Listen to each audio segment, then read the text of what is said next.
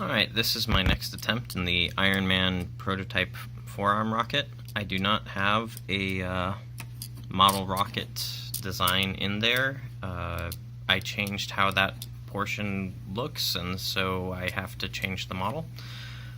Before starting, I'd like to point out that this lid is sitting a little crooked. The last few versions have been doing that too.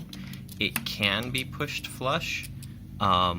So whatever is causing that is a alignment issue between the sides, or the back panel of the base, and the hinge arms and the lid.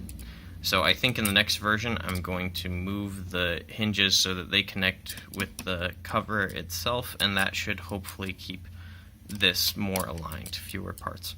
Anyway, the other notable change is that I've added a spring in there, which goes to the back, and if I lift this you can get a better view of it.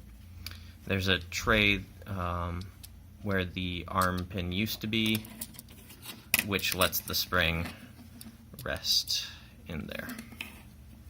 But enough talking. You can see it goes up and down much nicer. Still has the same motion I like, very fast. And I think that's going to be a winner, so I'm going to make a few improvements to the case design, or to the cover design, and start working on how to mount multiple of these together.